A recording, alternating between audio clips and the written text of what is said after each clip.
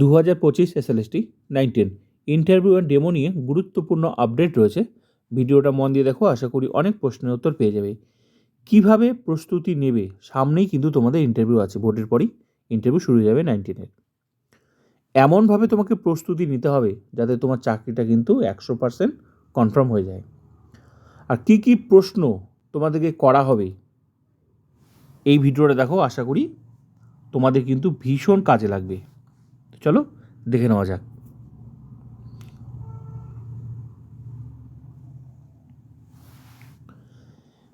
সবার প্রথম basic intro বা পার্সোনাল কোশ্চেন কিন্তু করে সবার প্রথমেই।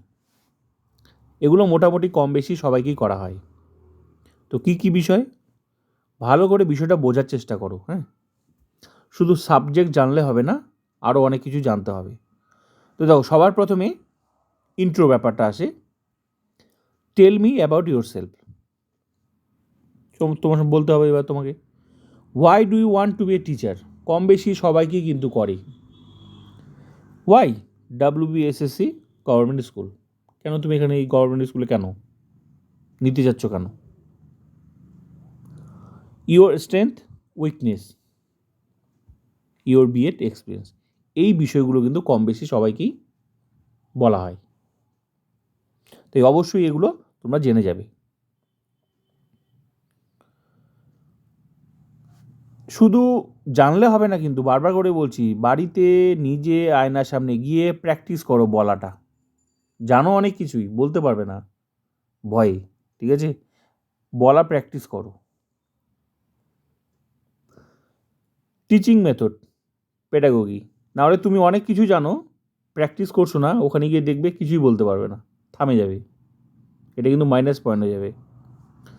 টিচিং মেথড, নেক্সট পার্ট আসলো টিচিং মেথড, পেডাগোগি। এগুলো মোটামুটি ভীষণ গুরুত্বপূর্ণ। How will you teach a weak student? What is your teaching method? Lecture, activity, smart class, বলতে হবে। How will you make class interesting? What is child centred learning? National education policy 2020 সম্পর্কে কিছু বলো। কেন বলে এগুলো? কারণ ইন্টারভিউ বোর্ড কিন্তু দেখতে চায় তুমি প্র্যাকটিক্যাল টিচার কিনা।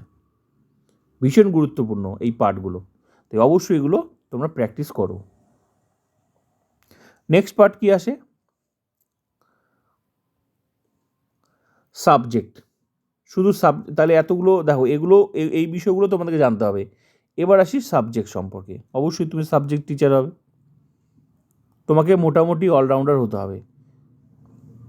এবার সাবজেক্টের পার্ট, সাবজেক্ট নলেজ তো অবশ্যই তোমার যেটা সাবজেক্ট ভালো করে খুঁটিয়ে খুঁটিয়ে পড়তে হবে পুরো সিলেবাসটা। সঙ্গে স্কুল লেভেলের তুমি যে সাবজেক্টের টিচার, সেই স্কুল লেভেলের যে সিলেবাসটা সেটা তোমাকে জানতে হবে পুরোটা, কী কী আছে সেটাও জানতে হবে। কারণ কোথা থেকে প্রশ্ন করবে তুমি বলতে পারবে না। যে সাবজেক্ট থেকেও বলতে হবে, তোমার স্কুল লেভেল থেকেও তোমাকে প্রশ্ন করবে, যে কোনো জায়গাতে করতে পারে আর করেই। তাই অবশ্যই নিজের সাবজেক্ট এসএসসি সিলেবাসে পুরোটা একদম একদম খুঁটিয়ে খুঁটিয়ে, সঙ্গে তোমার স্কুল লেভেলের যে সিলেবাসটা আছে তোমার সাবজেক্টের, সেটা তুমি একদম ঝালাই করে নাও। নেক্সট পার্টটা চলে আসি এবার, ডেমো। প্রত্যেকটার পর প্রত্যেকটা কিন্তু রিলেটেড, একটার পর একটা, এইভাবেই কিন্তু কম বেশি প্রত্যেকটা ক্যান্ডিডেট কিন্তু প্রশ্ন করা হয়। এবার আসি ডেমো। ভীষণ গুরুত্বপূর্ণ এই পার্টটা, ডেমোটা। বোর্ডে কিছু তোমাকে, ডেমোতে তুমি গেলে ডেমোতে বোর্ডে তোমাকে কিন্তু কিছু লিখতে বলতেও পারে, নাও বলতে পারে। না হলে তোমাকে দাঁড়িয়ে দাঁড়িয়ে বিষয়টা পুরোটা বোঝাতে হবে কীভাবে তুমি পড়াচ্ছ স্টুডেন্টে। তাই কার ক্ষেত্রে কী আসবে, কাউকে বলে, কাউকে পুরো বিষয়টা তুমি এমনি বলো। ইমাজিন করে নিতে হবে তোমার সামনে স্টুডেন্ট আছে, সব কিছু তোমাকে বলে বোঝাতে হবে বিষয়টা, ঠিক আছে? তাই অবশ্যই তোমার লেখাটা প্র্যাকটিস করতে হবে। তো বোর্ডে কিছু লিখতেও বলতে পারে, নাও বলতে পারে, কিন্তু বলতে পারে। শর্ট টিচিং ডেমো দিতে হবে।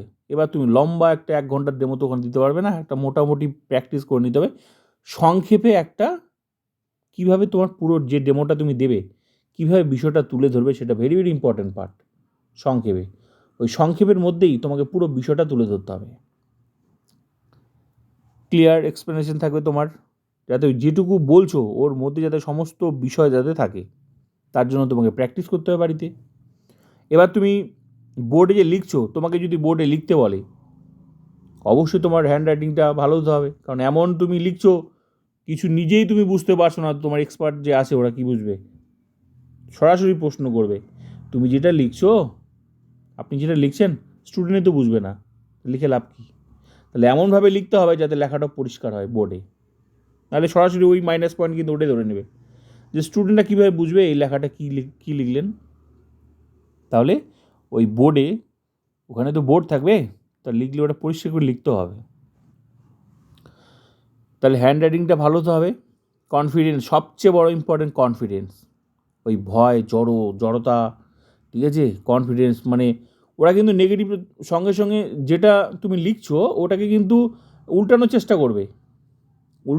করবে কিন্তু তুমি সত্যি লিখছো, ওরা বলবে না না এটা না ওটা। যদি কনফিডেন্স না থাকে, তুমি সত্যি লিখছো, তুমি জানো ঠিকই আছে, ওটা কিন্তু তোমাকে ঘোরানোর চেষ্টা করবে, অন্য উত্তর বলানোর চেষ্টা করবে। সঙ্গে সঙ্গে যদি দেখা গেলো সত্যিটাকে তুমি মিথ্যা বলে দাও, তোমার মোট কথা তোমার কনফিডেন্স দেখবে যে তুমি সত্যি যেটা বলছো 3 আর 2 5, ওরা কিন্তু বলার চেষ্টা করবে 3 আর 2 5 না 6। যদি তুমি বলে দাও হ্যাঁ 6, তাহলে ব্যাস তোমার কনফিডেন্স কিন্তু হারিয়ে গেল। এটা কিন্তু তোমার জানা উত্তরটা ওরা কিন্তু বোঝানোর চেষ্টা করবে না না এটা না অন্য। তো এই জায়গাটা কিন্তু ভালো করে, এই জন্য কনফিডেন্সটা দেখবে তোমার, মানে তোমার কনফিডেন্সটা হাই না লো, দেখা গেলো বলাতে চেঞ্জ করে দিলে তুমি উত্তর। তো এই বিষয়টা কিন্তু করে। তো এই জন্য বললাম কনফিডেন্সটা সবচেয়ে, তোমার কিন্তু জানা উত্তর উল্টানোর চেষ্টা করবে। জানা উত্তর, কোনো একটা বই বলবে এই বইটার নাম ওই বইটা, সঙ্গে সঙ্গে ওরা বলবে না না এটা না অন্য, আপনি ভুল বলছেন। তো এবার তুমি যদি কনফিডেন্সটা না না হ্যাঁ স্যার ভুল হতেও পারে, তাহলে তোমাকে সত্যি যে তুমি যেটা জানো সেটাই তোমাকে বলতে হবে যে না এটাই, তোমাকে কিন্তু উত্তর উল্টানোর চেষ্টা করবে। এই জন্য কনফিডেন্স লেভেলটা কিন্তু হাই থাকা দরকার, ঠিক আছে। তো এটা ভেরি ভেরি ইম্পর্টেন্ট পার্ট। তার মধ্যে কিছু আছে, হয়ে গেল মোটামুটি শেষের দিকে জেনারেল কিছু অ্যাওয়ারনেস থাকে, যেমন তোমার ওয়েস্ট বেঙ্গল, যেহেতু তুমি একটা স্কুলে চাকরি করতে যাবে, তো ওয়েস্ট বেঙ্গল এডুকেশন সিস্টেম সম্পর্কে মোটামুটি তোমার জানা দরকার, কারণ কম বেশি এগুলো প্রশ্ন করা হয়। কারেন্ট সিএম, অবশ্যই সিএমের নাম তোমার যেটুকু রাজনীতির সম্পর্কে একটু জানা, কারেন্ট সিএম, এডুকেশনাল পলিসি, আর হচ্ছে স্কুল রিলেটেড স্কিম, স্কুলে কী কী প্রকল্প চলছে, ব্যাস এগুলো জানা ভীষণ গুরুত্বপূর্ণ, কারণ তুমি স্কুলে চাকরি করতে যাচ্ছ। এবার মোস্ট ইম্পর্টেন্ট ফোকাস, এবার যে তোমার চাকরিটা কীভাবে, তোমার সিলেকশনের ইম্পর্টেন্ট পার্ট কী, তোমরা তো মোটামুটি সব জেনে নিলে। এবার হচ্ছে কমিউনিকেশন স্কিল, কনফিডেন্স, আমি যেটা বললাম, practical teaching idea, student handling ability, এগুলো কিন্তু তোমাকে জানতে হবে, কারণ এই বিষয়গুলোর উপর কিন্তু ওরা কিন্তু প্রশ্ন করে, আর কনফিডেন্স তোমার থাকতেই হবে, ঠিক আছে। কারণ তোমার এগুলো কিন্তু তোমার দেখবে তোমার উপরে তোমার এগুলো আছে কি না, ঠিক আছে, তুমি একটা স্টুডেন্টকে হ্যান্ডলিং করতে পারো কি না, ক্ষমতা আছে তো তোমাকে প্রশ্ন করে এগুলো কিন্তু বার করে নেবে যে তোমার কাছে সেই ক্ষমতাটা আছে কি না, ঠিক আছে। তো ওই জন্য বলছে শুধু পড়াশোনা জানলেই হবে না, কীভাবে পড়াবে সেটাই কিন্তু মেন। তো আশা করি ভিডিওটা ভালো লাগছে। তো শেষ একটাই কথা বলবো, মুখস্থ অ্যান্সার কিন্তু বললে হবে না, ঠিক আছে। আর নিজের ল্যাঙ্গুয়েজে যা জানো তুমি, তোমার ভাষায়, ঠিক আছে, যা জানো ন্যাচারালভাবে বলবে। তুমি যদি মনে করো হিন্দি মিডিয়াম হোক বা তোমার ইংলিশ সাবজেক্ট আছে, তুমি মনে করো ইংলিশেই বলতে হবে এমনটা বিষয় নয়, তোমার ল্যাঙ্গুয়েজ তুমি যেটা কমফোর্টেবল তোমার সেই ভাষায় তুমি বলো, ঠিক আছে। ডেমো ক্লাস প্র্যাকটিস করো, এটা গেম চেঞ্জার। তবে একটা কথা মনে রাখবে, ডেমোটা ভীষণ গুরুত্বপূর্ণ, প্র্যাকটিস করো বাড়িতে, ভীষণ গুরুত্বপূর্ণ ডেমোটা। তো আশা করি আমি সংক্ষেপে পুরো বিষয়টা আমি তোমাদের কোন পার্টগুলো তোমাদের এই ডেমো অ্যান্ড ইন্টারভিউতে ভীষণ গুরুত্বপূর্ণ এই বিষয়গুলো আমি তোমাদের সামনে তুলে ধরলাম, ঠিক আছে। কারণ ডেমোটা কিন্তু যদি ভালো দিতে পারো তোমার চাকরি কিন্তু কনফার্ম আছে। শুধু ডেমো না, ওভারঅল সব কিছুই ইম্পর্টেন্ট, তার মধ্যে ডেমোটা কিন্তু ভীষণ গুরুত্বপূর্ণ।